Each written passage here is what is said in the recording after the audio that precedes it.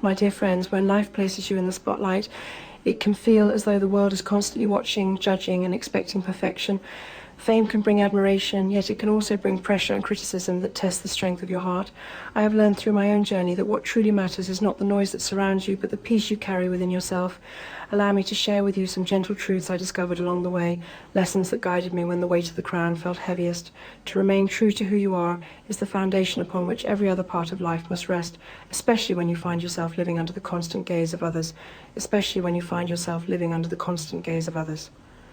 Because fame often has a way of tempting you to mold yourself into what people want to see rather than who you truly are.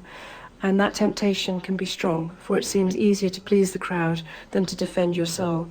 Yet the reality is that when you lose yourself in the process of pleasing others, you end up carrying a loneliness far greater than the burden of criticism. So the very first lesson I learned in facing the intensity of fame was to ground myself in my own identity, to return always to the question of who I am, what I believe, and what matters most in my heart. Because in that place of honesty lies the only real protection against the shifting winds of opinion, the whispers of gossip, and the glare of public judgment. And to stay true means refusing to wear a mask for applause. It means embracing your vulnerabilities, your imperfections, and your quiet truths, even when the world expects glamour, strength, or constant smiles. Because to be authentic is not to be flawless, but to be real.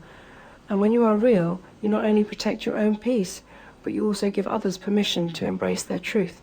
And I learned that people do not connect with perfection as much as they connect with sincerity. They may criticize your choices or misinterpret your actions, but if they sense you are genuine, if they feel the honesty in your presence, then you create a bond that fame cannot destroy. Yet this path is not without pain, because the cost of authenticity is often rejection by those who prefer the polished image, the illusion that never cracks. And it takes courage to endure those moments without yielding to the pressure of becoming someone you are not. But that courage is what builds resilience, because each time you stand firm in your truth, you remind yourself that you are stronger than approval and more enduring than applause.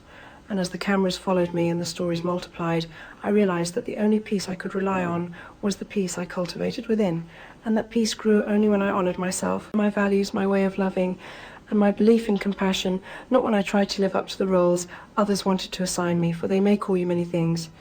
But the only name that matters is the one you whisper to yourself when you look in the mirror.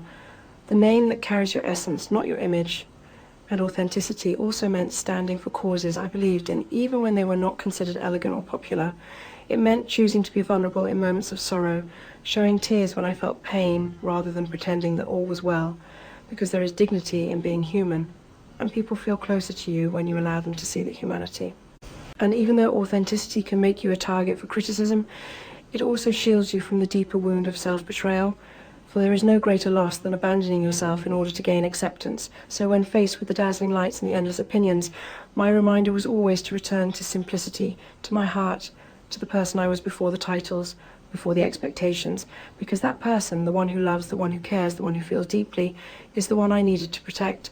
And so being true to yourself is not only a choice but a discipline, a daily commitment to honor your inner voice above the outer noise, to remain rooted in values even as the world changes around you, to let your truth be the compass guiding your every step, and to remember that though fame may fade and criticism may grow loud, the quiet strength of authenticity endures far longer than any passing judgment.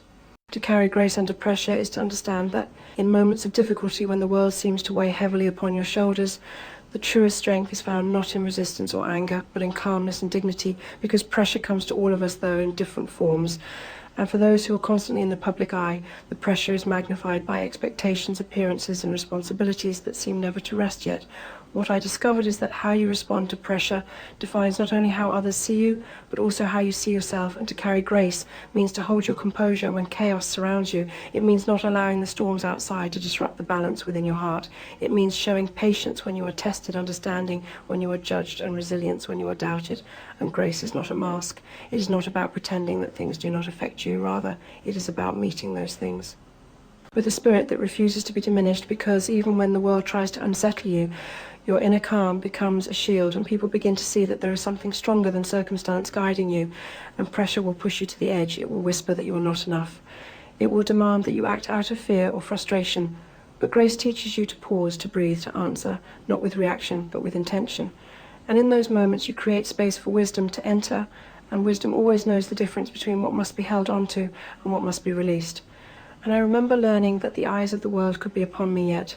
I still had the choice of how to carry myself, whether to let the weight bend me or to stand with quiet dignity. And I found that dignity is not about grandeur, but about gentleness. It is in the soft words spoken when a harsh one would have been easier. It is in the smile offered when silence would have sufficed. It is in the willingness to keep moving forward, even when fear tempts you to retreat. And under pressure, the smallest gestures of grace become the most powerful, because they remind people that humanity is stronger than circumstance. And often when you are in the midst of challenges, you cannot control the expectations or the criticisms, but you can control the spirit with which you endure them, and that spirit of grace becomes a light to others who are struggling. It tells them that even when the path is difficult, it is possible to walk it without bitterness. It is possible to face judgment without losing kindness. It is possible to carry weight without letting it harden your soul. And grace, under pressure, is also a form of quiet courage, because it refuses to let the outer world dictate the state of your inner world. It insists that your peace, your dignity, and your compassion remain intact, even when tested, and that courage does not roar, it whispers to you that every trial is temporary, that every storm will pass, and that you are stronger than you think.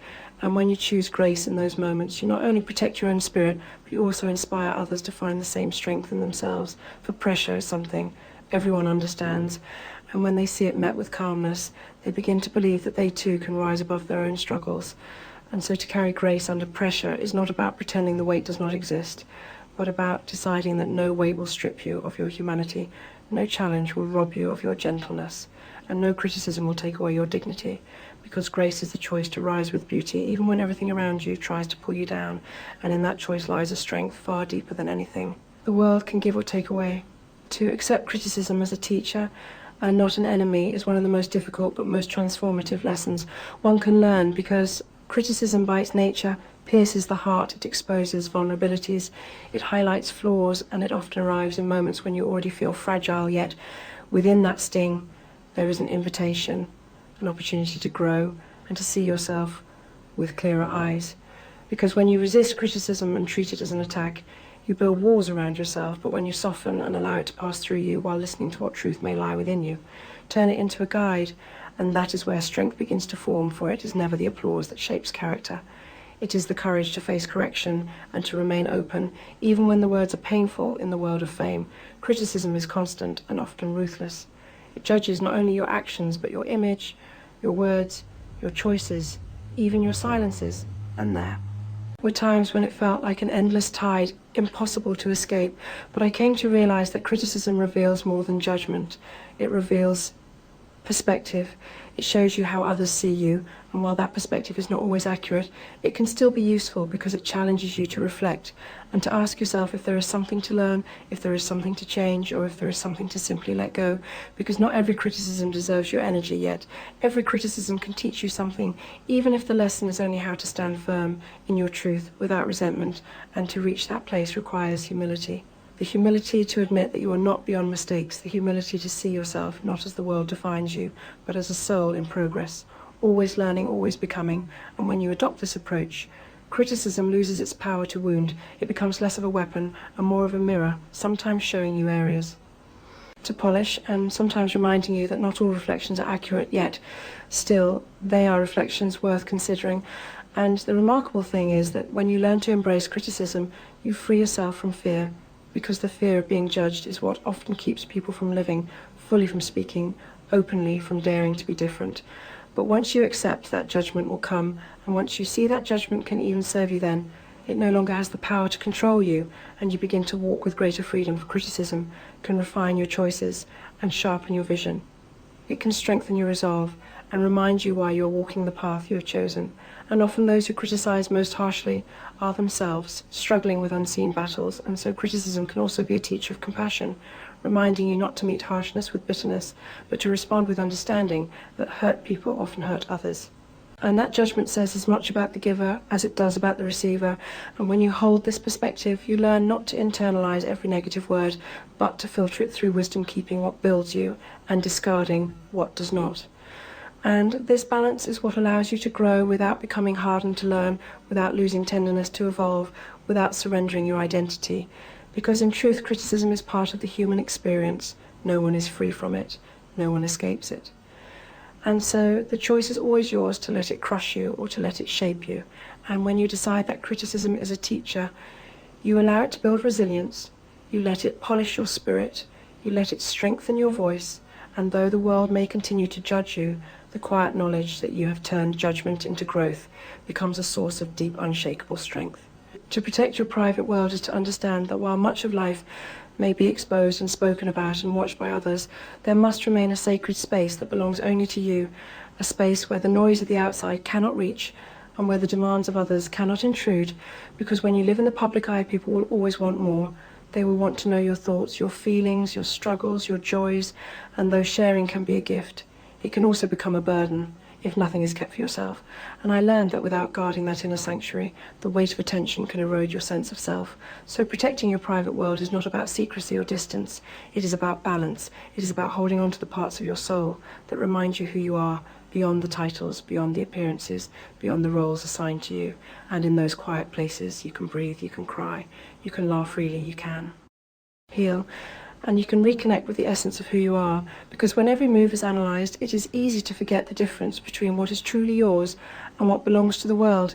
Yet you must draw that line gently but firmly to preserve your peace and your strength.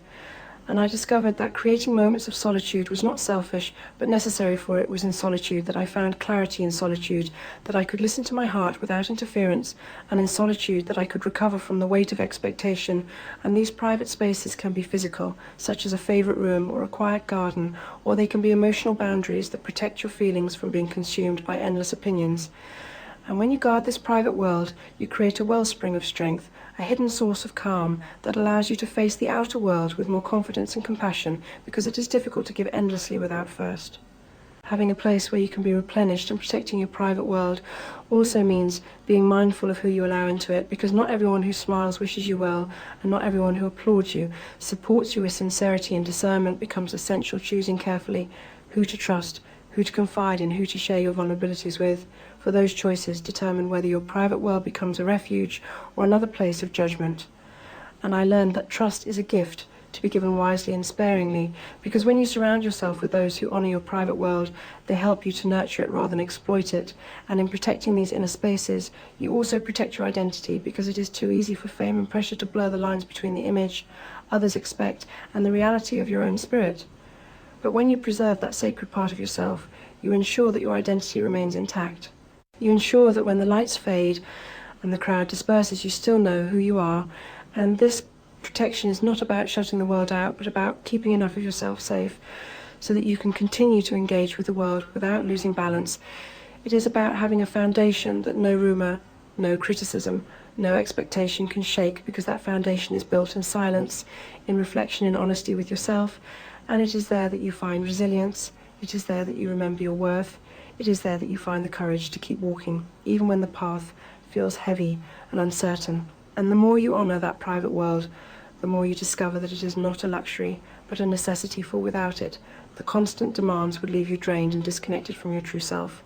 And so to protect your private world is an act of preservation, a way of ensuring that you can continue to love, continue to give, continue to face the public gaze without being consumed by it, and in doing so you discover a deeper peace, one that cannot be touched by the clamour of attention or the voices of judgment. To use the attention you receive to shine light on others who are unheard and unseen is perhaps one of the most meaningful ways to transform the weight of fame into something that carries purpose, because when the eyes of the world are upon you, the choice becomes whether to use that gaze only for yourself or to redirect it toward those who live in silence and struggle. And I found that attention in itself is fleeting. It comes and it goes, but when you use it to amplify voices that are rarely heard, it becomes powerful. It becomes a force that changes lives.